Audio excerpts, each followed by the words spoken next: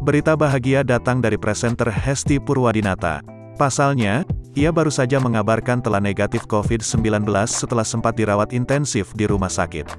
Sebagaimana diketahui, Hesti sempat dinyatakan terpapar COVID-19 4 hari yang lalu. Dalam unggahan Instagramnya, Hesti memperlihatkan momen kebahagiaannya saat dinyatakan sudah negatif COVID-19 dan diperbolehkan kembali ke rumah. Hesti akhirnya bisa kembali dan menjalani isolasi mandiri di rumah. Ia pun mengaku tak sabar untuk berkumpul dengan keluarga. Hesti dan keluarga besarnya diisolasi secara terpisah. Dia di rumah sakit dan yang lainnya di Wisma Atlet. Suami dan anak-anak Hesti kini masih menjalani perawatan intensif di Wisma Atlet.